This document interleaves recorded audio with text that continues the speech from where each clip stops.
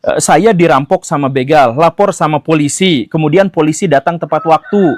Nah, setelah itu masalah semuanya selesai dan nggak usah bayar polisi, maka saya menjadi lebih sejahtera. Cara Amerika Serikat dan Cina untuk berbisnis itu berbeda. Kalau Cina tuh rentenir, kalau Amerika Serikat itu adalah preman palak. Assalamualaikum bre, selamat datang kembali di Guru Gembul Channel. 2 hari menjelang bulan puasa 2025, Kepala Kantor Pajak Jakarta Khusus Pak Muhammad Hanif itu ketahuan melakukan pemerasan terhadap wajib pajak sampai ratusan juta rupiah. Minimal setidak-tidaknya itu 300 juta rupiah. Dan angkanya jauh lebih banyak lagi. Untuk apa? Untuk acara fashion show anaknya. Jadi ternyata kantor pajak itu memeras untuk urusan pribadi. Dan ini bukan kasus pertama. Dan ini juga tidak dengan modus pertama. Ada banyak sekali kasus-kasus pemerasan terhadap wajib pajak yang dilakukan oleh para petugas pajak. Saya telah mengumpulkan banyak sekali kasus-kasusnya dari zaman dulu dan modusnya kurang lebih sama, kurang lebih serupa. Jadi kurang lebihnya gini Baraya. Ini perhatikan baik-baik karena ini sangat penting buat Baraya. Nih, saya ada datanya.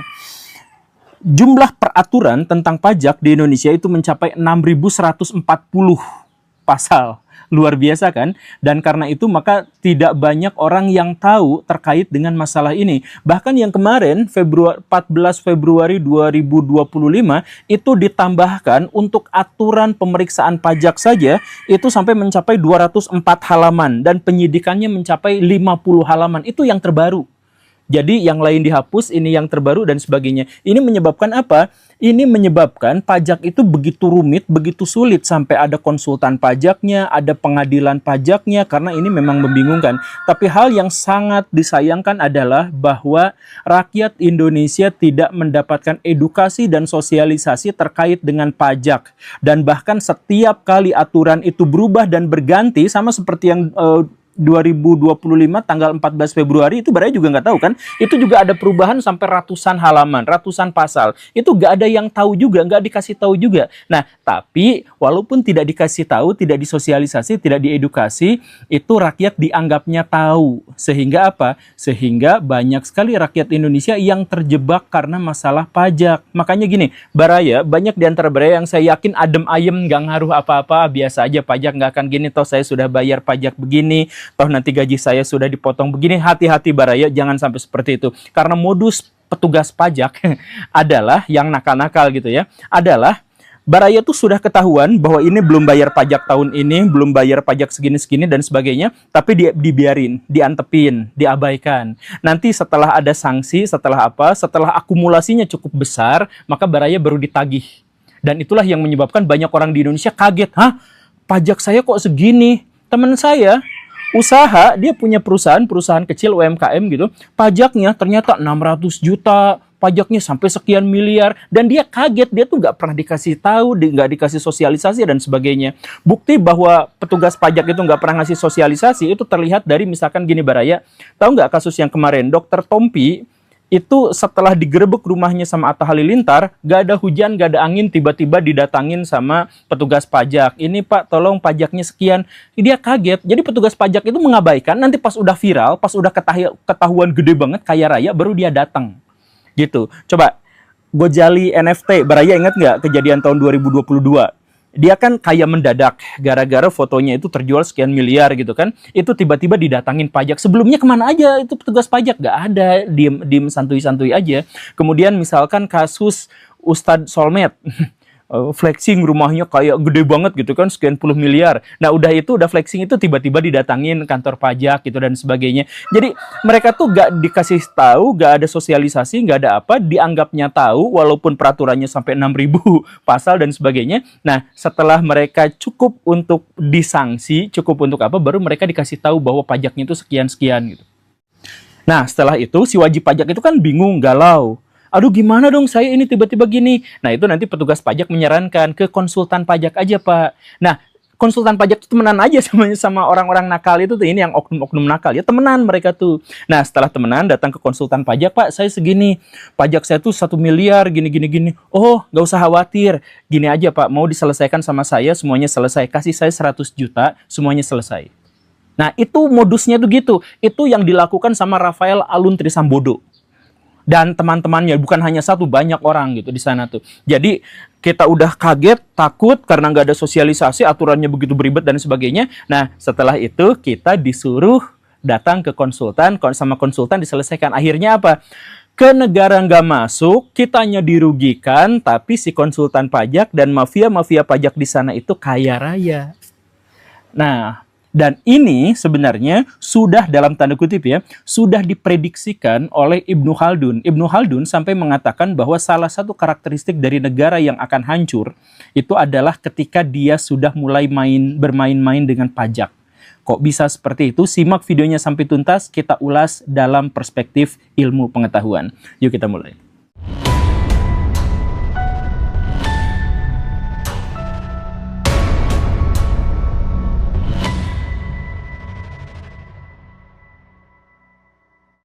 Dalam pemikiran Ibnu Khaldun, pajak itu adalah sejumlah nominal uang atau barang yang disetorkan kepada pemerintah oleh warga negara dan kompensasi dari setoran itu tidak bisa dirasakan secara langsung oleh masyarakat, tetapi langsung dijadikan alat untuk menyelenggarakan negara, ongkos menyelenggarakan negara. Kurang lebihnya seperti itu. Tetapi dalam pikiran Ibnu Khaldun, pajak itu wajib dan bayar pajak itu harus. Jadi Baraya, saya tuh tidak ngajak Baraya untuk tidak bayar pajak. Justru harus bayar pajak. Dalam pemikiran Ibnu Khaldun, kita tuh harus bayar pajak. Kenapa kita harus bayar pajak? Karena negara itu sebenarnya dibangun dengan tiang-tiang solidaritas masyarakat. Maka harus ada sebuah mekanisme di negara itu bagaimana caranya untuk bisa menunjang keberadaan dan bahkan memperkuat solidaritas masyarakat itu. Begitu. Nah, pajak dalam hal ini itu sebenarnya adalah salah satu manifestasi dari solidaritas masyarakat itu. Gitu. Jadi, misal gini, ketika Baraya dirampok, Baraya telepon polisi, 5 menit dia datang dan menyelesaikan semua masalah. Kenapa? Karena ada pajak yang membiayai polisi itu. Baraya mau bangun tempat usaha, tapi kesulitan dengan dananya. Datang ke pemerintah, kemudian ada skenario subsidi begini. Dari mana skenario subsidi itu? Dari pemerintah. Pemerintahnya dari mana? Dari pajak. Kemudian Baraya misalkan mau menyekolahkan anak, tetapi sangat kesulitan karena lagi kurang dana misalkan. Maka pemerintah akan mensubsidi anak Baraya itu dengan apa? Dengan uang pajak. Jadi sebenarnya pajak itu adalah wujud dari solidaritas masyarakat. Dan solidaritas masyarakat itu adalah tiang dari berdirinya sebuah negara. Maka ketika solidaritas masyarakat terganggu, maka negara juga akan terganggu. Solidaritas masyarakatnya hancur, negaranya juga pasti hancur. Begitu. Nah, pajak itu menjadi salah satu manifestasi dari solidaritas masyarakat itu. Makanya harus ada dan harus dipertahankan. Dan kondisinya harus dalam kondisi yang baik. Jangan sampai misalkan ketika kita lapor polisi tapi malah harus bayar. Gak bisa, itu gak boleh. Karena apa? Karena polisi sudah dibiayai sama pajak. Nah, nanti kalau gitu pajaknya bisa habis dong karena untuk menyelenggarakan negara. Ya, nggak gitu juga Baraya. Karena ketika pemerintah bisa menyelenggarakan negara dengan sangat baik, maka masyarakatnya akan sejahtera. Karena misalkan yang tadi itu, saya dirampok sama begal, lapor sama polisi, kemudian polisi datang tepat waktu. Nah, setelah itu masalah semuanya selesai dan nggak usah bayar polisi, maka saya menjadi lebih sejahtera. Ketika saya menjadi lebih sejahtera, maka pajak yang dibebankan kepada saya menjadi lebih besar. Gitu kan? Maka si kas pajak itu juga menjadi ikut besar. Kemudian anak saya susah sekolah. Nah, kemudian disubsidi sama pemerintah melalui pajak. Ketika anak saya sudah besar, akhirnya dia lulus di perguruan tinggi dan akhirnya dia bekerja di perusahaan yang prospektif misalkan. Nah, maka dia juga menjadi sejahtera. Dia juga bisa diporotin lagi sama pajaknya dengan biaya yang lebih besar, pajak yang lebih besar. Gitu aja terus-terusan. Jadi, penyelenggaraan negara baik, akhirnya rakyat menjadi lebih sejahtera. Sejahtera itu berarti pajaknya menjadi lebih tinggi. Pajak lebih tinggi nanti untuk penyelenggaraan negara yang lebih tinggi lagi, lebih bagus lagi. Penyelenggaraan negara yang lebih bagus lagi, akhirnya rakyatnya menjadi lebih sejahtera lagi, gitu aja terus muter-muter. Akhirnya apa? Negara itu menjadi semakin lama semakin besar dan semakin berkembang. Dan kita misalkan bisa melihat itu di Eropa. Jadi apa yang dipikirkan oleh Ibnu Khaldun itu diwujudkannya di Eropa, karena pemikiran Ibnu Khaldun itu lebih banyak diterima di Eropa daripada di masyarakat Muslim sendiri gitu ya. Kalau di masyarakat Muslim ada wacana bahwa pajak itu haram dan sebagainya gitu ya, karena itu palakan dan sebagainya. Tapi gini, misalkan kita lihat di negara-negara yang sudah maju di Eropa, di negara-negara Skandinavia, Swiss, Belanda dan sebagainya gitu ya. Di sana itu pajaknya gede banget, 40%, 50% gede banget gitu. Tapi si rakyatnya tuh B aja gitu, nggak ada tagar kabur aja dulu dari sana tuh, walaupun pajaknya sangat gede. Kenapa pajaknya sangat gede tapi mereka nggak kabur? Karena mereka tahu persis, pajak itu transparan, diketahui bersama bahwa ada yang menjadi sekolah gratis. Kan di sana itu sekolah kalau nggak gratis ya murah banget gitu kan. Kemudian fasilitas kesehatan, kemudian jaminan keamanan dan sebagainya. Makanya 50% tuh ya worth it gitu. Jadi maksudnya dalam konteks pikiran orang-orang Eropa, saya bayar pajak itu adalah saya investor dan pemerintah itu adalah direksinya, direksi dari sebuah perusahaan besar. Jadi saya bayar investasi, saya mendapatkan dividen yang jauh lebih besar lagi gitu. Jadi pajak itu dipercaya sedemikian rupa oleh orang-orang Eropa sampai dia bayar 50% pun nggak jadi masalah gitu. Karena penyelenggaraan negaranya baik, karena penyelenggaraan negaranya baik, maka rakyatnya menjadi semakin sejahtera dan seterusnya gitu. Begitu. Nah, kalau di Amerika Serikat gimana? Kan sekolahnya tetap mahal. Ya karena pajak di Amerika Serikat itu tidak digunakan untuk pendidikan, tapi digunakan untuk pertahanan. Nah, di Amerika Serikat itu pertahanan dari pajak itu bisa sampai 20% untuk perang gitu ya, untuk nyelikitik negara yang lain dan sebagainya, itu bisa sampai 20% dari pajak yang ditarik dari rakyatnya gitu. Kenapa seperti itu? Karena dalam pikiran orang-orang Amerika Serikat, pendidikan itu adalah investasi pribadi, bukan hak dari warga negara seperti yang dipikirkan oleh orang-orang Eropa. Maka orang Amerika Serikat mah kok nantilah itu mas soal pendidikan. Nanti kita bahas soal pendidikan, bagaimana pola pikir Amerika Serikat dan Swiss dan sebagainya dalam pendidikan. Tapi kita misalkan balik lagi ke sini. Nah, tapi intinya si Amerika Serikat itu dari pajak itu bisa digunakan untuk pertahanan. Dari pertahanan itu bisa menghancuri negara-negara lain, dan negara-negara lain itu yang dihancurin itu kan sebenarnya adalah untuk apa? Untuk kesejahteraan rakyatnya. Jadi setiap negara Amerika Serikat perang di Irak, di Afghanistan dan sebagainya, itu orang-orang Amerika Serikat bertambah banyak, bertambah kaya si penduduknya itu, karena nanti ada investasi, ada proyek apa segala rupa ke situ gitu. Jadi cara Amerika Serikat dan Cina untuk berbisnis itu berbeda. Kalau Cina tuh rentenir, kalau Amerika Serikat itu adalah preman palak, preman tukang malak. Itu perbedaan dari dua negara adidaya itu, cara kerjanya gitu. Nah, jadi pajak itu digunakan untuk itu. Tapi kenapa pajak itu beda-beda alokasinya di negara-negara maju sekalipun? Ya karena pajak itu kan fiskal. Jadi diaturnya sama pemerintah. Pemerintah diaturnya juga konsultasi dengan DPR. Dan DPR itu juga sebenarnya adalah dari rakyat. Jadi sebenarnya ini adalah kehendak rakyat dalam tanda kutip gitu ya. Nah, pajak dialokasikan kemana itu adalah kehendak rakyat, termasuk berapa nominalnya juga kehendak rakyat, tidak dipaksa oleh satu pihak bahwa harus naik sekian persen. Ya enggak, itu semuanya adalah diskusi dengan rakyat semuanya, karena ini demi kesejahteraan rakyat. Nah, maka dalam hal ini ada penegasan dari Ibnu Khaldun bahwa pajak itu adalah alat pendapatan negara, alat pendorong investasi, dan kemudian alat distribusi. Jadi contoh yang di Eropa itu ketahuan semuanya ya. Dia itu adalah alat pendapatan negara, kemudian pendorong investasi, dan alat untuk distribusi. Makanya si rakyat itu memang harus dan wajib untuk bayar pajak. Nah, tetapi di sisi lain Ibnu Khaldun pun mewanti-wanti bahwa kehancuran sebuah negara itu bisa saja disebabkan oleh pajak.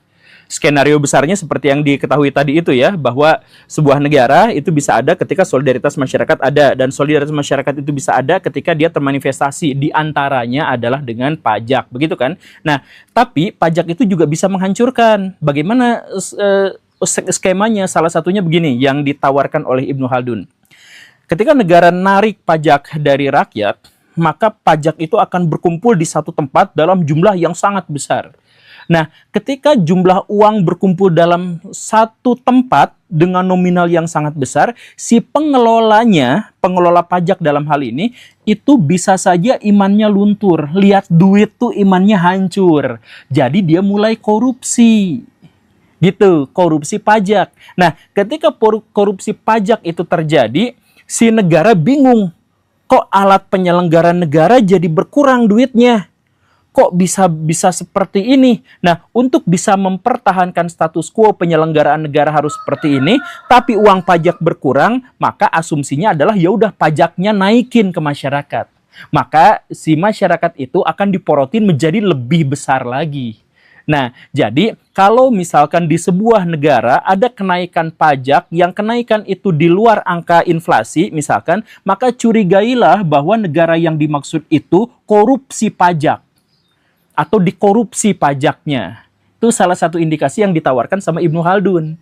Gitu. Jadi kalau misalkan kenapa pajak kita jadi makin lama makin gede, makin bervariasi, makin banyak dan sebagainya, kemungkinan itu orang yang sedang mengumpulkan pajak itu korupsi. Gitu. Nah, setelah si rakyat diporotin dengan pajak yang semakin lama semakin berwarna, bervariasi, banyak, dan lain sebagainya, maka skenario berikutnya terjadi. Apa itu? Si rakyat menjadi malas untuk kerja. Ngapain saya kerja habis-habisan, banting tulang mencari nafkah, sampai bulan puasa yang haus-haus pun harus ngonten, misalkan ya. Tapi pajaknya justru malah diserahkan kepada negara dalam jumlah yang lebih besar. Kok bisa seperti itu? Akhirnya apa? Akhirnya para pekerja itu menjadi malas. Atau di dunia modern bukan menjadi malas, tetapi menjadi malas dan atau korupsi. Jadi untuk bisa menutupi biaya hidup hasil kerja keras saya gitu, segini gedenya malah diporotin pajak yang gede, ya sudah, untuk menambalnya saya harus korupsi. Atau pajak itu dikorupsi. Jadi laporan pajaknya saya nyuap ke laporan pajak, gini aja, saya nggak usah bayar ke negara, saya bayar ke kamu, tapi semuanya selesaikan, gitu kan? Nah, akhirnya apa? Akhirnya korupsi merajalela di situ. Atau bentuk yang lain, orang yang diporotin pajak, kok kalau misalkan di sini saya usaha tuh sangat gak nyaman gitu. Kerja habis-habisan diporotin pajak. Akhirnya apa? Akhirnya kabur aja dulu ke negara yang lain yang lebih memberikan jaminan untuk usaha sekaligus morotan pajaknya juga tidak besar. Kan di negara-negara yang sudah mengikuti saran Ibnu Khaldun itu semuanya sudah baik gitu. Penyelenggaraan negaranya baik, penyelenggaraan pajaknya baik, pengelolaannya baik dan sebagainya. Karena apa ya? Karena runutannya adalah seperti itu. Nah, kalau misalkan si rakyatnya dibebankan pajak yang lebih besar, kemudian dia malas atau kabur aja dulu atau korupsi, maka korupsi menjadi merajalela. Ketika korupsi sudah merajalela, maka tunggu kehancuran dari negara itu. Makanya Ibnu Khaldun menegaskan, ciri dari negara yang sudah tua, yang sebentar lagi dikubur, itu adalah pajak yang semakin bervariasi, pajak yang semakin mengikat masyarakatnya. Gitu ya, bisa dipahami. Jadi gimana dong? Ya makanya penyelenggaraan negara ini tuh harus baik gitu. Jadi sok misalkan balik lagi ke Eropa ya. Di Eropa itu setengah dari penghasilan dikasihin ke negara tuh gak jadi masalah. Karena itu justru menjadi semakin sejahtera dan menjadi semakin nyaman gitu. Saya main kemarin ke Jepang, ke Finlandia gitu. Anak-anak usia 5 tahun, anak usia 4 tahun berangkat ke sekolahnya berkilo-kilometer, naik kendaraan umum, naik kereta dan sebagainya, dibiarin diantepin gitu. Tapi orang tuanya nggak pernah takut bahwa si anaknya itu nanti diculik, anaknya nanti tersesat, anaknya apa. Nanti nggak pernah seperti itu, dijamin sama negara, nggak akan gitu. Jadi CCTV di mana-mana, polisi di mana-mana, dan semuanya gercep gitu. Kalau misalkan si anak tersesat sedikit saja, si anaknya nanya sama orang lain, pasti dikasih tahu. Nanya ke polisi, pasti dikasih tahu. Si anaknya boro-boro diculik, dicolek aja misalkan pahanya, misalkan gitu ya. Itu langsung dalam... jadi gini nih, ini pengalaman saya di Jepang gitu. Pengalaman teman saya di Jepang gitu. Jadi ada misalkan pelanggaran, ada perempuan lagi jalan di satu lorong gitu, dicolek, digodain sama cowok. Di lorong itu, di ujungnya itu ada pertigaan, pas dia sampai ke pertigaan udah dicegat sama polisi gitu. Segercep itu hukum. Kenapa begitu? Pajaknya tinggi, tapi pajaknya itu worth it gitu. Saya mau ngapa-ngapain tuh udah dijamin semuanya sama negara. Makanya pajak itu adalah sebenarnya kita bayar investasi untuk kehidupan kita yang lebih sejahtera. Saya nggak nyindir negara manapun, ini mas saya mau membahas pemikiran Ibnu Khaldun. Terima kasih karena sudah menyimak. Kalau ada yang mau kesindir, mah urusan lain. Saya Guru Gembul. Assalamualaikum warahmatullahi wabarakatuh.